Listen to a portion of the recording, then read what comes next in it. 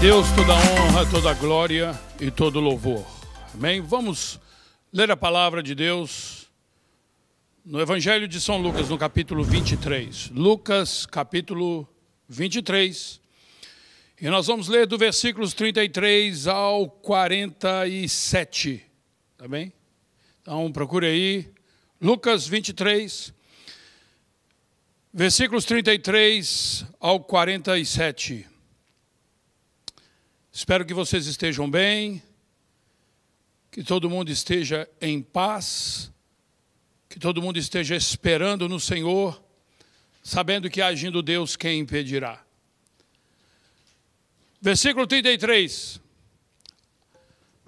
A palavra de Deus diz assim: E quando chegaram ao lugar chamado a Caveira, ali o crucificaram, e aos malfeitores, um à direita e o outro à esquerda.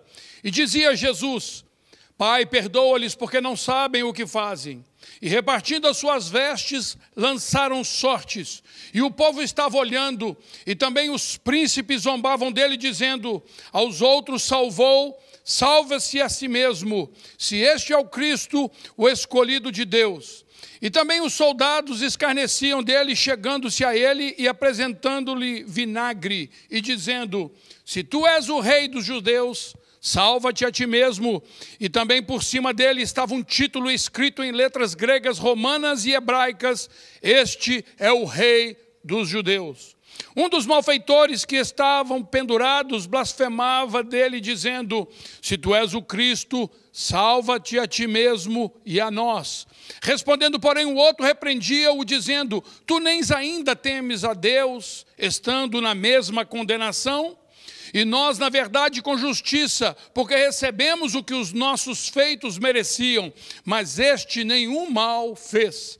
E disse-lhes a Jesus: Senhor, lembra-te de mim quando entrares no teu reino. E disse-lhe Jesus: em verdade te digo que hoje estarás comigo no paraíso. E era já quase a hora sexta, e houve trevas em toda a terra até a hora nona, escurecendo-se o sol, e rasgou-se ao meio o véu do templo. E clamando Jesus com grande voz, disse: Pai, nas tuas mãos entrego o meu espírito. E havendo dito isso, expirou. E o centurião, vendo o que tinha acontecido, deu glória a Deus, dizendo: na verdade, este homem era justo. Hoje é domingo de Páscoa. Então, feliz Páscoa para você e para a sua família. E eu gostaria de, nessa manhã, falar um pouco sobre Páscoa, o que é a Páscoa. Alguns dos trechos que eu vos trago nessa manhã, eu tirei muitos do pastor Hernandes Dias Lopes, quem eu admiro muito. E eu gostaria de dizer que a festa da Páscoa é uma celebração em memória da conquista da liberdade dos hebreus que viviam como escravos no Egito. Essa escravidão, meus queridos, já durava um período de 400 anos, até que um dia Deus enviou Moisés para libertar esse povo que estava escravizado. Apesar de várias tentativas de Moisés para libertar o povo, Faraó sempre endurecia o seu coração, rejeitando a possibilidade de liberar ou de libertar aquele povo que eram os hebreus ou os israelitas. Deus, então, como castigo, enviou 10 pragas ao Egito, sendo a última delas a pior, porque essa praga era a morte dos primogênitos de cada família. E foi assim, numa noite, o anjo da morte passou pelo Egito, matando o primeiro filho de cada família. E aí o Egito amanheceu em luto, até Faraó perdeu o seu primeiro filho. Era um pranto total ali naquele lugar. Mas antes desta tragédia acontecer, esses hebreus, que eram o povo de Deus, foram avisados para que matassem um cordeiro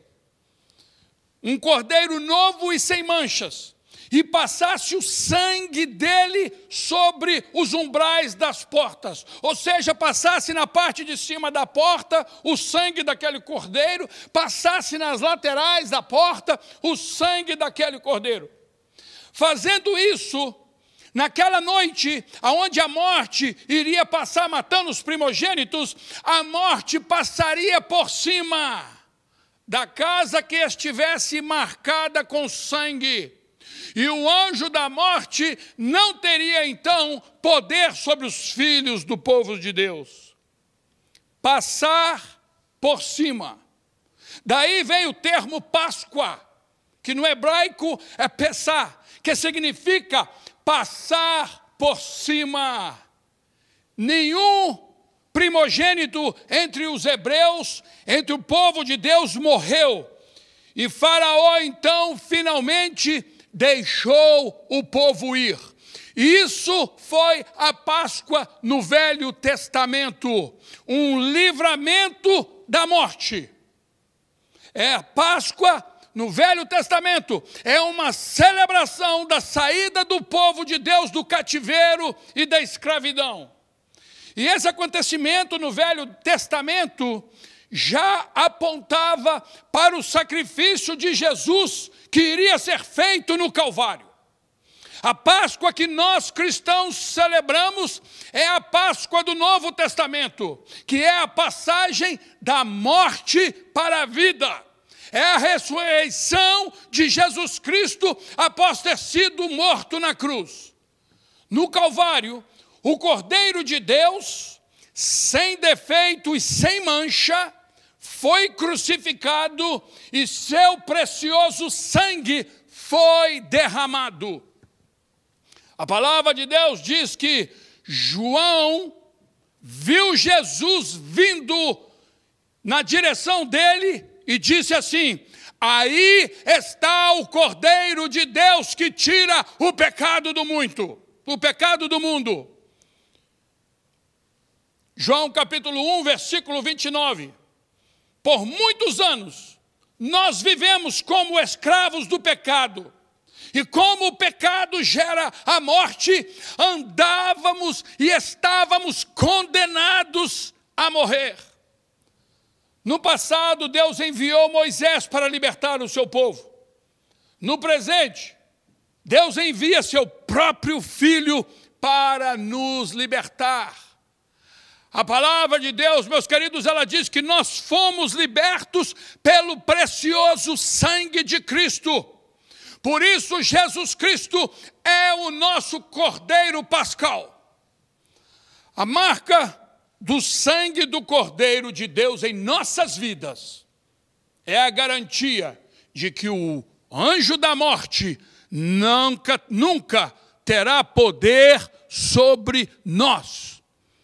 Neste domingo de Páscoa, aí é onde você está, levante as suas mãos, louve e adore a Jesus. Ele é o Cordeiro de Deus que tira o pecado do mundo. Ele foi sacrificado morrendo em nosso lugar. No terceiro dia, ele ressuscitou e agora ele vive para todo sempre. E amém. Ele venceu a morte para que eu e você vencesse na vida. Posso ouvir um amém aí? Glória a Deus. O Calvário não aconteceu por acaso. Cristo veio para morrer e a morte na cruz sempre esteve em seus planos.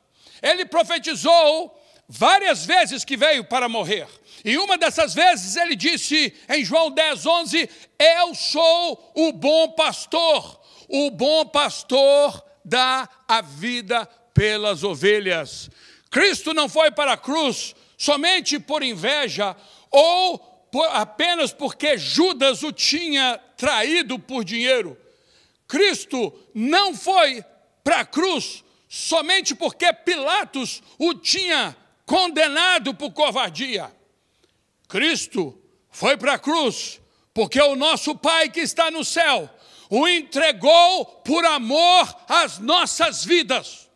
Diz a palavra de Deus em João 3,16, porque Deus amou o mundo de tal maneira que deu o seu Filho unigênito para que todo aquele que nele crê não pereça, mas tenha a vida eterna. Na cruz foi revelado o infinito amor de Deus, pois ali Ele não poupou o seu próprio Filho para nos salvar. A cruz de Cristo, meus queridos, é a nossa saída do Egito. É a libertação da escravidão dos nossos pecados. A cruz de Cristo é a nossa Páscoa, aonde nós passamos da morte para uma vida plena com Deus. Na cruz, Jesus pregava seu último sermão. Seu púlpito era uma cruz e o seu auditório eram somente duas pessoas. Duas pessoas que nunca quiseram nada com Jesus. Dois homens que talvez por muitas vezes tenham eles rejeitado o apelo do Senhor nosso Deus. Dois ladrões que agora estavam ali ao lado de Jesus, pendurado na cruz. E como consequência dos seus erros, eles estavam esperando a morte. E ali, no Calvário, Jesus pronunciou 7 palavras. Palavras que até os dias de hoje, elas continuam impactando o mundo. A primeira palavra que Jesus pronunciou foi uma palavra de perdão. Lucas, capítulo 23, versículo 34, diz assim: então Jesus disse: Pai, perdoa esta gente, eles não sabem o que estão fazendo. A primeira palavra de Jesus na cruz faz-nos entender que não há evangelho sem perdão, que não há salvação sem perdão. É impossível ser cristão sem praticar o perdão. Quem não perdoa é porque ainda não pertence à família de Deus. O perdão, meus queridos, é uma necessidade. Quem não perdoa não tem paz com Deus. Quem não perdoa não tem paz com a pessoa e nem tem paz consigo mesmo. Nós temos que perdoar, não somente porque é uma ordenança de Deus, mas nós temos que perdoar porque também nós não somos perfeitos. Não existe uma pessoa salva que não tenha sido perdoada. Na verdade, o perdão beneficia mais aquele que perdoa do que aquele que é perdoado. Pois perdoar é liberar o ofensor para não ter que tê-lo todos os dias na sua mente. Às vezes, o seu ofensor nem está lembrando mais de você. Ele nem está aí para você, mas porque você não o perdoou, você continua vivendo com ele todos os dias na sua mente, nos seus pensamentos. Perdoe e liberte a pessoa que está aprisionada dentro de você. Talvez a pessoa que te ofendeu, esta pessoa, não mereça seu perdão. Mas mesmo assim você precisa perdoá-la. Nós também não merecíamos o perdão de Deus, mas acabamos sendo perdoados através do sacrifício de Jesus no Calvário. não merecíamos o perdão, mas mesmo assim o quê? Ele nos perdoou. Perdoar é abrir mão dos nossos direitos. Você está certo. Tal pessoa realmente te prejudicou. E aí você abre a mão dos seus direitos e perdoa.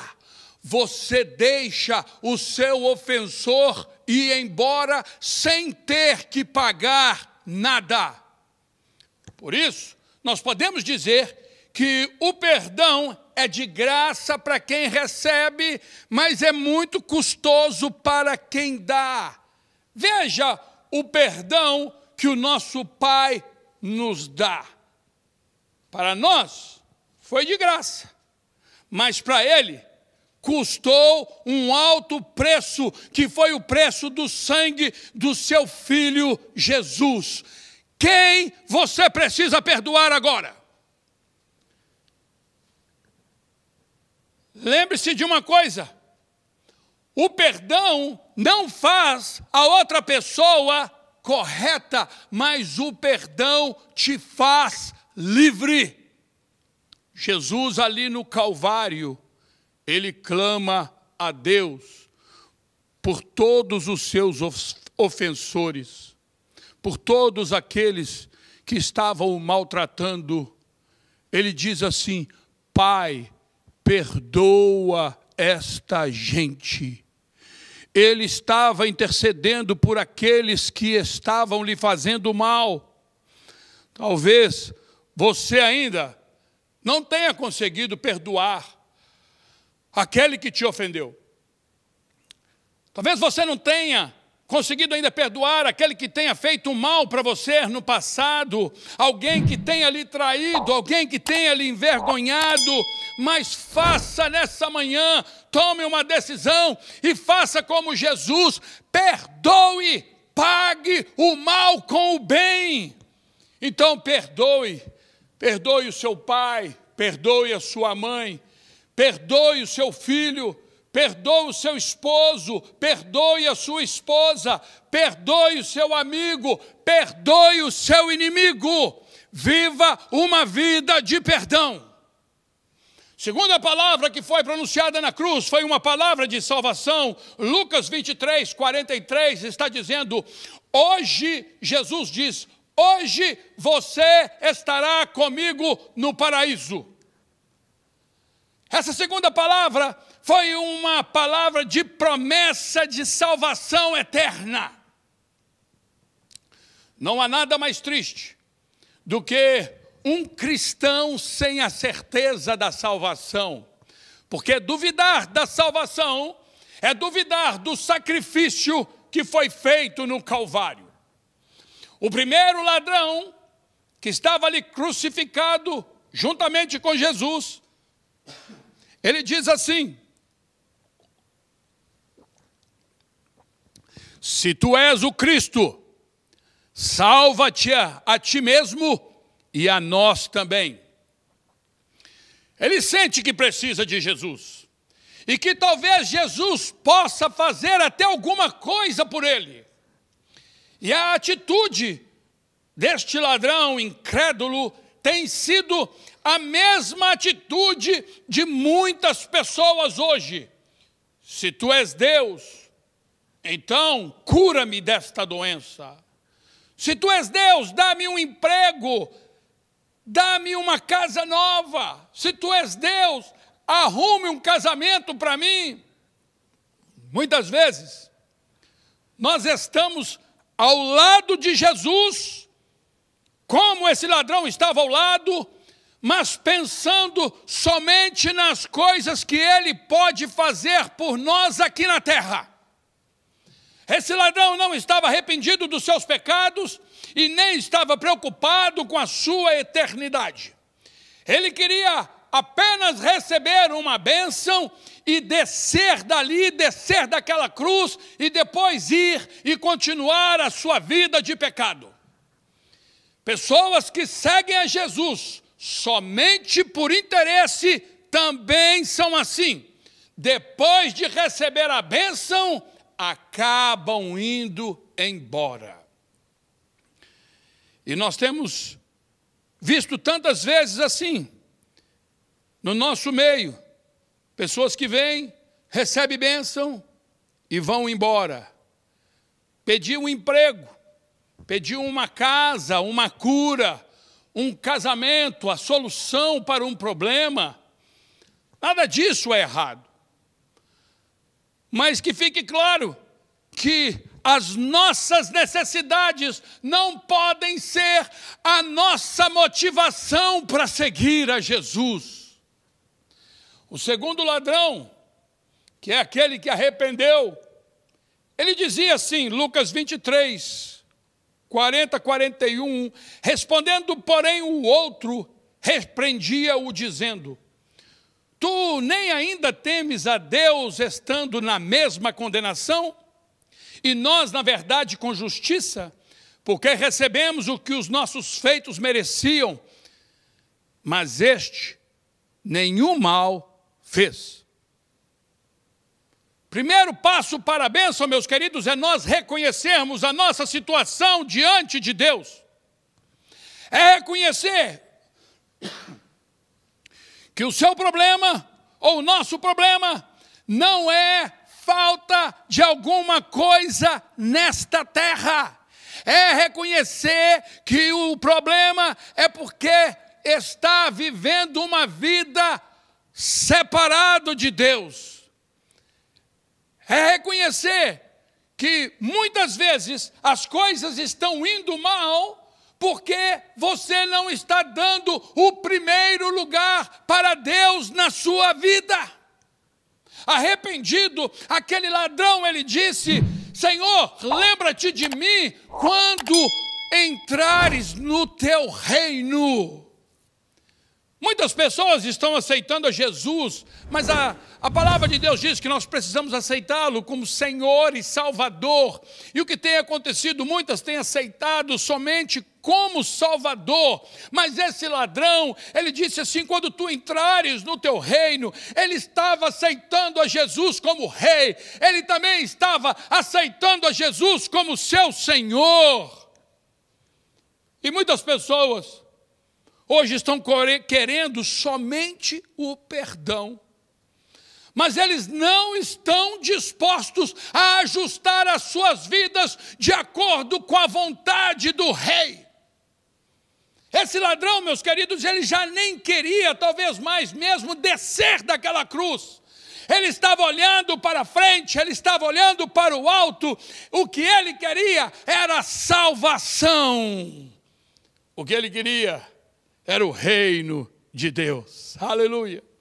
Terceira palavra foi uma palavra de cuidado. Ao ele olhar para sua mãe que estava ali, ele disse assim, João, capítulo 19, versículos 26 ao 27. Mulher, eis aí teu filho. Filho, eis aí tua mãe.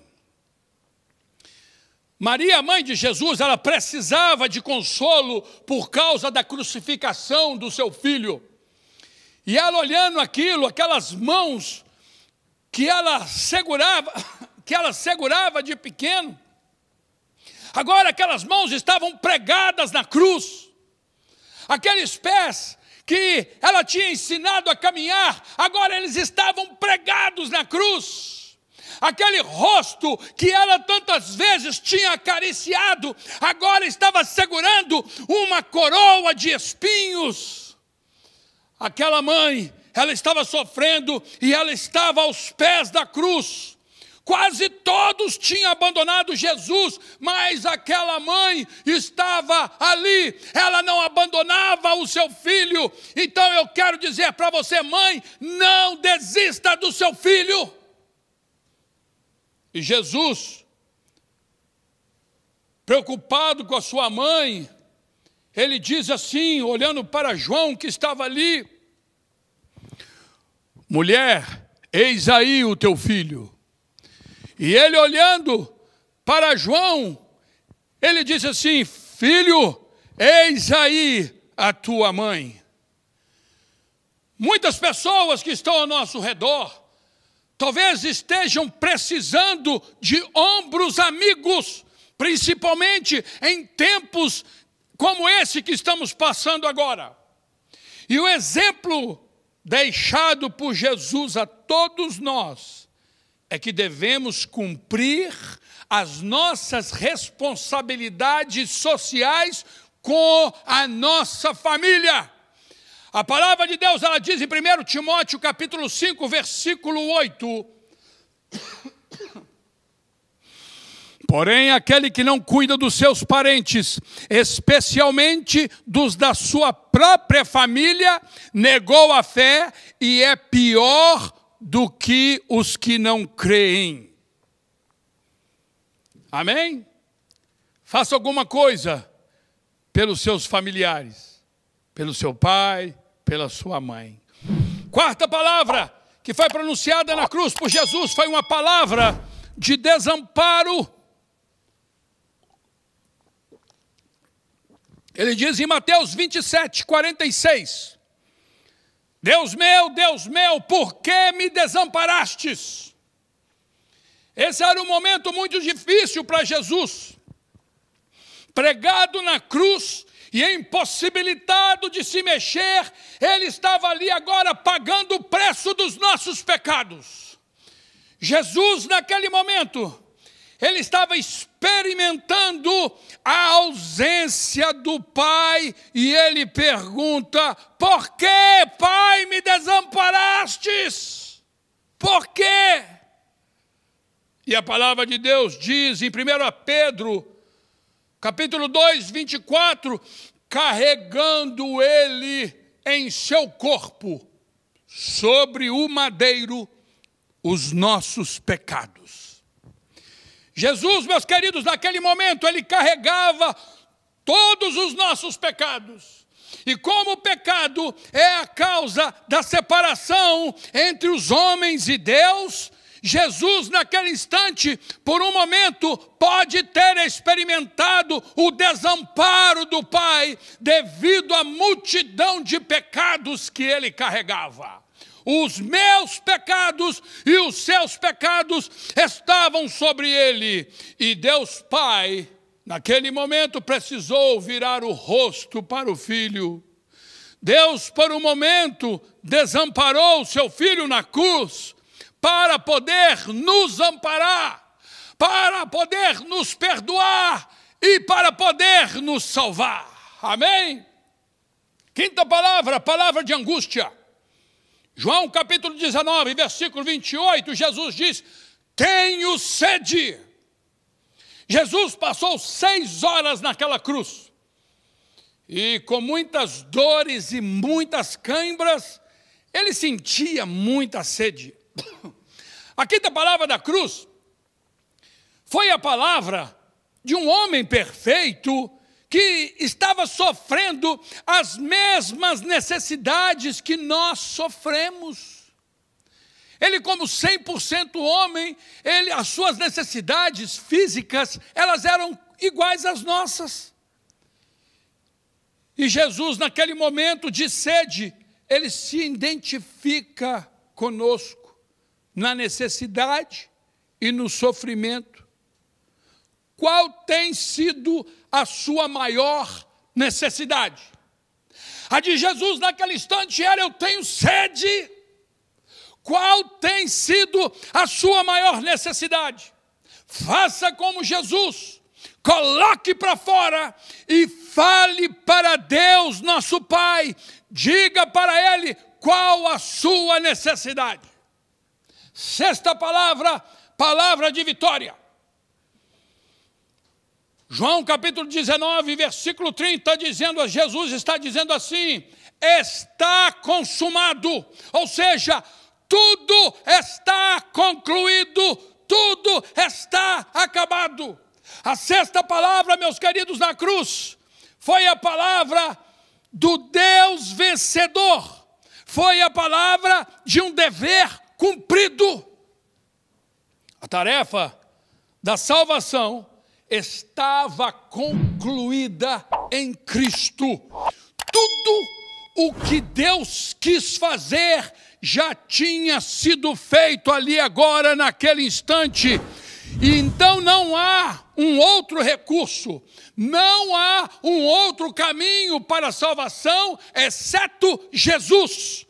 A palavra de Deus diz em Atos capítulo 4, versículo 12, em nenhum outro há salvação, porque também debaixo do céu nenhum outro nome há dado entre os homens pelo qual devamos ser salvos.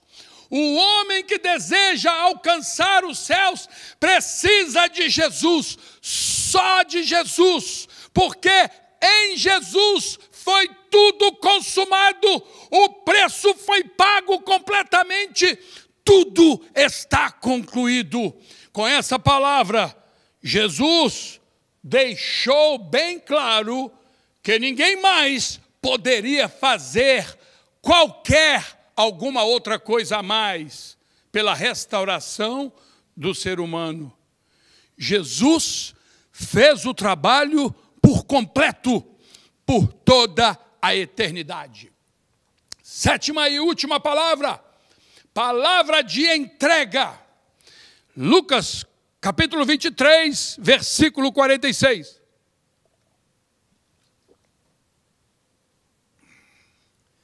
Pai, nas tuas mãos entrego o meu espírito. A sétima palavra foi a palavra de Deus repousando, a palavra do Filho de Deus, de Jesus, repousando após a luta ganha. A morte, meus queridos, para o povo de Deus não significa trevas. E nem é o ponto final da vida. Não precisaremos ir a nenhum purgatório. Não precisaremos reencarnar, voltando em diversas vidas, como muitos dizem. Com a morte, nós encontraremos com Deus para vivermos uma vida eterna, para sempre. Morrer para o Filho de Deus é voltar para casa, é desfrutar das glórias do Pai. A atitude de Jesus foi a atitude de entrega total nas mãos do Pai. Pai, nas tuas mãos entrego o meu espírito. Precisamos nos render. Você que está aí, que tem lutado, que tem estado com o coração duro, você precisa se render, fazer uma entrega total da sua vida para Deus. Havia 3 cruzes ali no Gólgota, e ali estava acontecendo uma exata explicação de como a humanidade se encontra hoje. Jesus pregando ali o seu último sermão a 2 ouvintes. Na cruz de um lado, uns ouvem. Na cruz de outro lado, outros não querem ouvir e nem querem nada com Deus. Na cruz do meio, estava aquele que perdoa e que faz um marco numa nova história nas nossas vidas. Em qual cruz que você está? Na da direita ou na da esquerda? Um dos ladrões estava ao lado de Jesus, mas ele estava indo para o inferno. Judas vivia ao lado de Jesus, mas estava também indo para o inferno. Estavam indo para um inferno, porque eram pessoas que viviam desconsiderando a eternidade. Eles estavam indo para o inferno, porque eles empregavam todas as suas forças para fazer funcionar somente o que interessa nesta vida. Mas na cruz do meio, Jesus nos justificou. Jesus nos perdoou e nos reconciliou com o Pai. Na cruz de Cristo, há poder para poder mudar o seu destino. E por isso é que nós podemos declarar, Romanos 8, versículo 1, agora, pois, já nenhuma condenação há para os que estão em Cristo Jesus. Páscoa no Novo Testamento significa passar da morte para a vida. Significa a ressurreição de Jesus. E como Jesus, quantas vezes que nós temos tido nas nossas vidas uma sexta-feira de dor. Jesus passou também por uma sexta-feira de dor. Mas graças a Deus, nós podemos também experimentar um domingo de ressurreição em nossas vidas. Eu lhe pergunto nessa manhã, qual área da sua vida que precisa de ressurreição? O que você deixou morrer na sua vida e que precisa renascer agora? Hoje é Páscoa, domingo da ressurreição, domingo da sua bênção. É o dia do seu milagre. Que Deus te abençoe. Que haja um milagre grande na sua vida. Que você possa ver o amor de Deus e a graça de Deus sendo sobre ti nesse instante. Em nome de Jesus, que Deus abençoe você. Que Deus abençoe a sua casa, que Deus abençoe o seu lar, que Deus abençoe os seus filhos, que você possa fazer uma análise na sua consciência e dizer, Senhor, eu entendo hoje que o sangue de Cristo me purifica de todo o pecado.